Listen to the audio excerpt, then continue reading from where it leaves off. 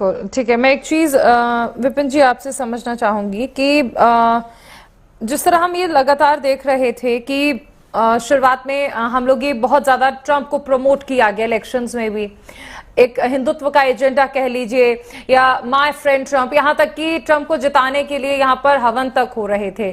लेकिन ये सब कुछ ऐसे बदल गया जैसे चाइना के साथ पहले हमारे टर्म्स थे, तब हम हिंदी चीनी भाई भाई कहा करते थे।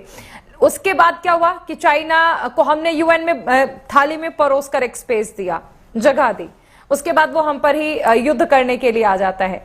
तो ये जो भरोसा टूटता है, इसे किस तरह से देखा जाए? विदेश नीति को इसको जिम्मेदार ठहराया जाए, या आप क्या लूपहोल मानते हैं? क्योंकि अमेरिका हो चाइना हो, दगाबाजी तो की। चारुल जी, आपका सवाल बहुत अहमियत रखता है। देखिए, ये मुद्दा समझने की आवश्यकता है कि आप कूटनीति के तहत यहां पर हमेशा सचेत रहने की आवश्यकता है। आपको संवाद की प्रक्रिया भी जो डिप्लोमेटिक लेवल पे है वो बिल्कुल 24 घंटे 365 दिन आपको एक ओपन डोर पॉलिसी रखनी है, और साथ साथ सचेत भी रहना है। क्योंकि अगर हम चीन की बात करें कि चीन दुश्मन नंबर 1 है, लेकिन उसके बावजूद यहां पर संवाद की प्रक्रिया चलती रही है, मिलिट्री लेवल पर, डिप्लोमेटिक लेवल पर।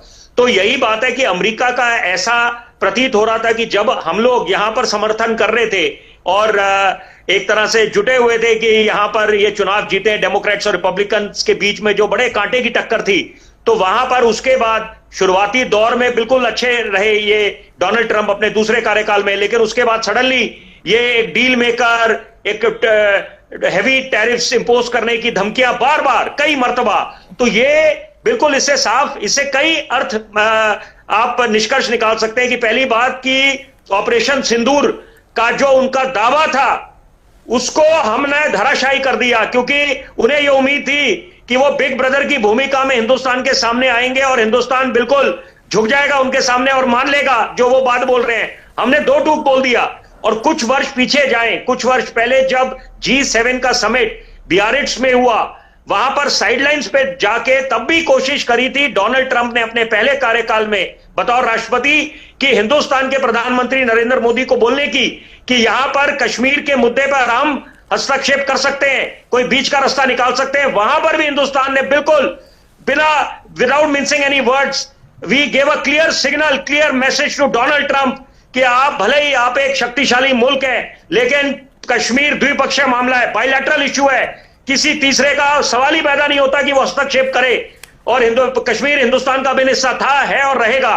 तो यहां पर मुझे लगता है कि ये भी खल रहा है पाकिस्तान, अमेरिका को, डोनाल्ड ट्रंप को खास तौर पे, क्योंकि वो जितने दावे कर रहे हैं लोग उनको हल्के में ले रहे हैं। और जरूरी बात मुझे लगता है इस चर्चा में उस बात की अगर आज उल्लेख ना करें तो चर्चा भी अधूरी रहेगी कि आप तुलना करें ऑपरेशन सिंदूर का मिडनाइट हैमर से।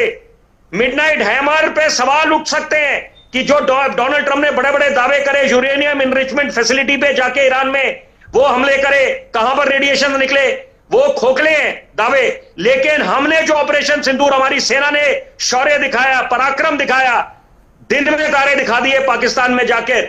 तो ये साफ संदेश है कि हम लोग नया हिंदुस्तान है और अर्थव्यवस्था के संदर्भ में आज हम कहां खड़े हैं। तो जो डेड इकोनॉमी बोलते हैं उनको मंथन करने की आवश्यकता है, अपने गिरेबान में झांकने की आवश्यकता है कि आप कहां पर हैं और हिंदुस्तान कहां पर है।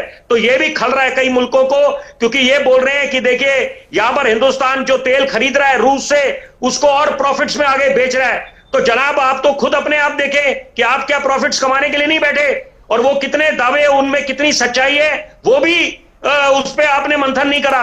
तो ये मुझे लगता है कि ये इस समय कई बातें हैं जहां पर डोनाल्ड ट्रंप इस समय लगता है कि जो उनकी स्टेबिलिटी थी और उनकी जो पॉपुलैरिटी है, लोकप्रियता, वो भी काफी घट रही है, क्योंकि अंदर खाने अब अंतरकलह मचा हुआ है।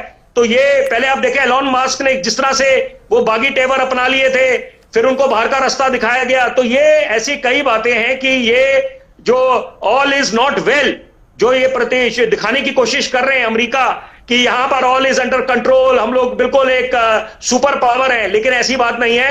क्योंकि जैसे अभी अमीन साहब ने बोला, मैं बिल्कुल इनके साथ इत्तेफाक रखता हूं, ये इनको बड़ी अच्छी जानकारी है विदेशी मामलों की और इनका अच्छा तजुर्बा है।